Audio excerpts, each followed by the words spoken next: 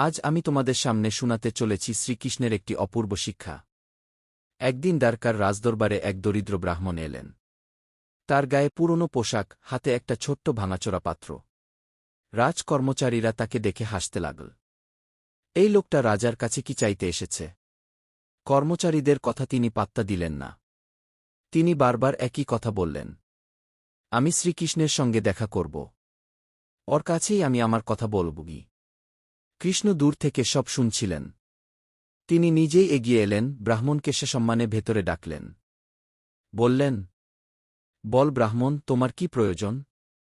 ব্রাহ্মণ শান্ত স্বরে বললেন, প্রভু, আমার ঘরে খাবার নেই, পরিবারে অভাব। আমি কারো কাছে না গিয়ে আপনার কাছেই এসেছি। কারণ জানি, আপনার কাছে কেউ খালি হাতে ফেরে না গি। কৃষ্ণ মৃদু হেসে রুক্মিণীকে ডাকলেন। রুক্মিণী তার শ্রীচরণে নত হয়ে বললেন, প্রভু, বলুন আমি কি দিতে পারি? কৃষ্ণ বললেন, যা দেবার ইচ্ছা দাও। রুক্মিণী ছোট্ট একটি সোনার পাত্র এনেছিলেন, যেখানে কিছু চাল ছিল।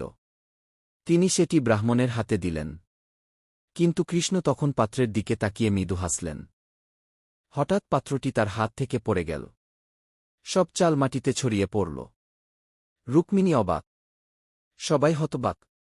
কৃষ্ণ তখন ব্রাহ্মণের দিকে তাকিয়ে বললেন, ব্রাহ্মণ, তুমি যা হারালে তা খুব ছোট, কিন্তু তুমি যা পাবে তা তার থেকেও অনেক বড়। আজও হবে ঠিক সেই মুহূর্তে দূর দেশ থেকে ব্রাহ্মণের ঘরে খবর এল, তার এক হারানো আত্মীয় বিশাল সম্পত্তি রেখে গেছেন, এবং সেই সমস্ত সম্পত্তির একমাত্র অধিকারী এই দরিদ্র ব্রাহ্মণ।